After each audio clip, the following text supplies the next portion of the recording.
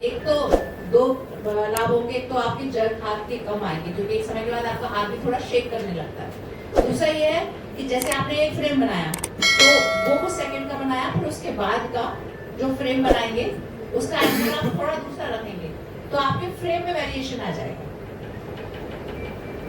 तो वो आपकी वीडियो में अलग एलिवेशन देगा। ठीक है, अब तैयारी की बात करें थोड़ी सी। सबसे पहले आपने किसी के दिमाग में कोई प्रोजेक्ट है शूट करने को लेकर, किसी बच्चे के दिमाग में? हाँ, हम एक्सरसाइज के थ्रू करें तो ज्यादा बेहतर समझ में आएगा, है ना बच्चे? ठीक है, आपके दिमाग में कोई प्रोजेक्ट है? चलिए आप प्रोजेक्ट बताइए, हम उसकी प्लानिंग करते हैं अभी सब लोग। मैम जौनपुर जितने भी मॉन्यूमेंट्स है, आप माइक को जौनपुर में जितने भी मॉन्यूमेंट्स हैं और उनकी अलग अलग पर्सपेक्टिव से पिक्चर्स लेके उनके बारे में लिखना। फोटोज़ तो ले लेता हूँ पर लिखने में थोड़ी प्रॉब्लम होती है। लिखने में ये लिखूंगा कि ये साइकिल है, ये बनवाया, ये बनवाया, पर मेरा जो काम है। बच्चा नोट करे इस पॉइंट को, ये बहुत अच्छा पॉइंट बताया है। चैलेंज नोट करे एक बच्चा। लिखने के लिए चैलेंज का पहला पॉइंट है वो बता रहे हैं लेखन। वो बहुत अच्छा शूट कर लेते हैं, लेकिन जब लिखने की बात आती है यानी कि वॉइस ओवर टेक्स्ट, या तो आप टेक्स्ट फॉर्म में डाल रहे हैं अपने वीडियोस में फोटोज के साथ। ठीक है, बहुत बढ़िया, बहुत शाबाश। अब इस पॉइंट पे हम डिस्कस करेंगे। मैम जैसे मेरी हॉबी है कि ट्रैकिंग करना, तो मैंने 4-5 ट्रैक कर रखे हैं, पर जब मैं ट्रैक पे जाता हूँ तो उस टाइम एट द टाइम तो मेरे मन में आता है ये इमोशन है, ये लिखूँ, ये लिखूँ। पर हाइट पे चढ़ते चढ़ते ये होता है, बॉडी की चैलेंज होती है कि लिखूँ कि बैठ चलता रहो, क्योंकि कुछ सर्टेन टाइम में पहुँचना होता है। क्योंकि पहाड़ों पे क्या होता है कि संसाधन कम होते हैं वहाँ पे, या तो मैं रुक के लिखूँ, पर सोचता हूँ बाद में चलो नीचे उतर के लिख लूँगा, तो फिर वो चीज़ें माइंड से गायब हो जाती उतरने के बाद। ट्रैवल करके आते थके तो सो जाते हैं, फिर उठते हैं तो फिर मतलब कुछ इमेजिनेशन बची रहती है, फिर वो चीज़ें नहीं निकल पाती। Very genuine point, very genuine point. ये पॉइंट समझ में आया किसी बच्चे को? क्या कह रहे हैं वो? जब वापस आते हैं तो वो मैनेज हो जाता है। आप लोगों को होता है ना? बहुत सारे विचार आ रहे हैं जब आप ट्रैवल कर रहे हैं, कोई चीज देख रहे हैं, ये भी इम्पोर्टेंट है, ये भी इम्पोर्टेंट है, मैं लिखूं क्या करूं, अभी मैं शूट करूं या लिखूं, मैं इसे देखूं या लिखूं, ये होता है। हाँ, कॉन्फ्लिक्ट होता है। मैम इसका सॉल्यूशन ये भी हो सकता है ना कि हम वॉइस रिकॉर्ड कर सकते हैं, कि हमेशा कंटिन्यूअसली फोन यूज करते ही रहते हैं, तो हम तुरंत अपने थॉट प्रोसेस को ज़्यादा से ज़्यादा वर्ड्स में वॉइस रिकॉर्ड कर सकते हैं। एट द एंड हम उसे सुन के वो करते हैं, पर जैसे क्या होता है कि कुछ चीज़ें होती हैं कि बाद में मैं बैठे टाइम जैसे वो ट्रैवल के समय ही समझ में आता है कि क्यों नहीं कर पाया। अच्छा, बात ये ठीक है। हाँ, आप क्या करेंगे कि आप वॉइस रिकॉर्ड भी कर लेंगे, है ना? फिर आप लौट कर आएंगे, इतना ज्यादा थक जाएंगे कि आपको कुछ और दिखाई नहीं देगा, आप बोले बस कुछ पेट भरो और सो जाओ। ये होता है, सबके साथ होता है, मेरे साथ। ठीक है, तो ये 2 चैलेंज है। और कोई चैलेंज? मैम अभी जैसे लेटेस्ट में मैं मंदगांव गया था और डॉक्यूमेंट्री कर लिया, तो सब कुछ अच्छा रहा, अच्छे फ्रेम मिले, सब कुछ मिले, पर बहुत सारी फ़ोटोज़ सोचा था कि घर पे आकर पोस्ट प्रोडक्शन करके पोस्ट करूँगा, पर उनमें से गिनी चुनी फ़ोटोज़ कर पाया और सब धरी हो गई। फिर कभी कभी ये भी माइंड में आता है कि अगर ये फ़ोटोज़ नहीं पब्लिश हो पाई या नहीं कर पाए, कुछ हो गया, तो निगेटिव सा आता है मन में कि फिर क्या होगा, ये का मतलब इतनी मेहनत करिए तो ये तो ऐसे ही पड़ी रहेगा।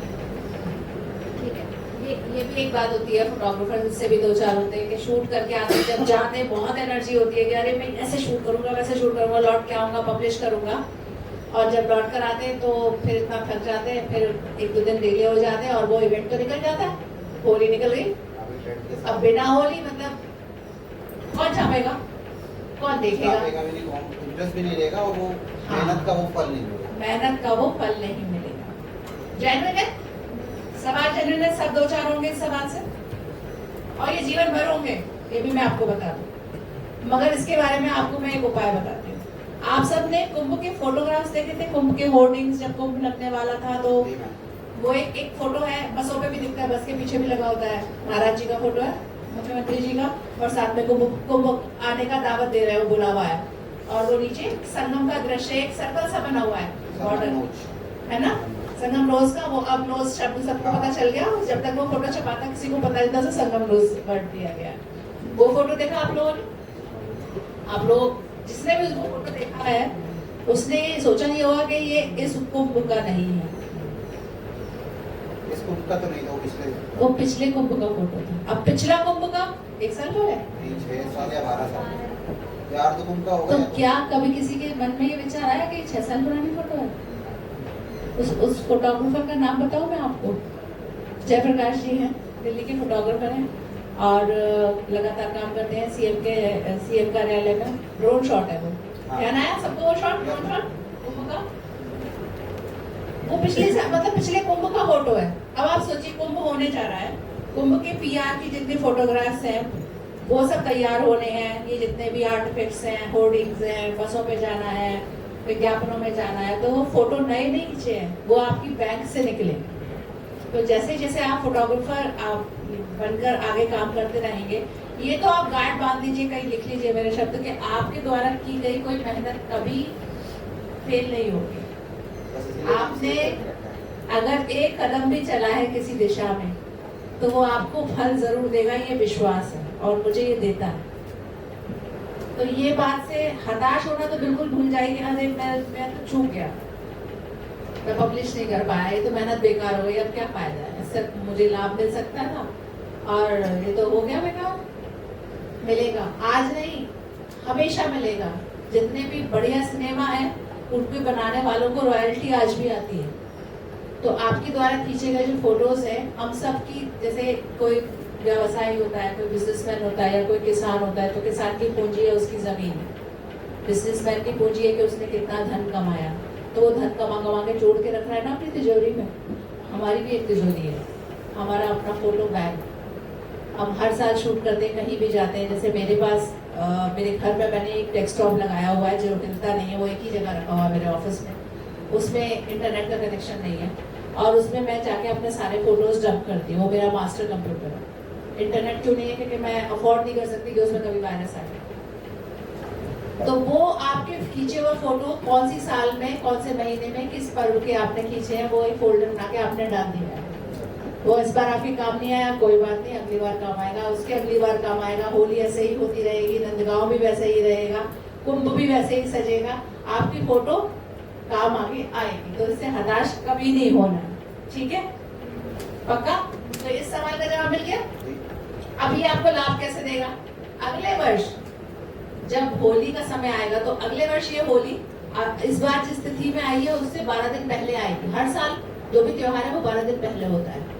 तो अब आप अपने आप को अपने कैलेंडर में वो तिथि नोट करके रखिए कि होली 12 दिन पहले पड़ेगी। मार्क करिए कब की होली है, उससे भी 10 दिन पहले की डेट लगा दीजिए अपने कैलेंडर में रिमाइंडर कि मैं तब से अपना बैंक खोलूंगा और उससे कंटेंट निकाल के और फ्लोट करूंगा।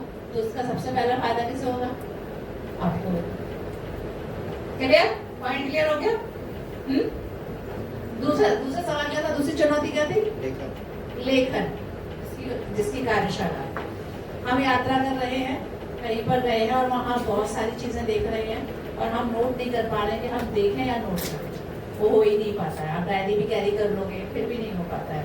फोन में आप सोचते हैं नोट्स हैं, नोट्स में डाल देंगे, वॉइस नोट में डाल देंगे, नहीं हो पाता। इसके पीछे 2 कारण है। फिर लौट कर जब आते हैं तो हम वो फिर क्या होता है कि वो फिर रह ही जाता है कुछ भी कारण हो। अब इसको दूर कैसे करें?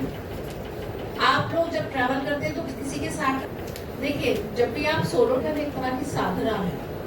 फोटोग्राफी और लेखन ऐसी साधना है जो कि लगातार चिंतन मनन चलता रहता है। सॉरी।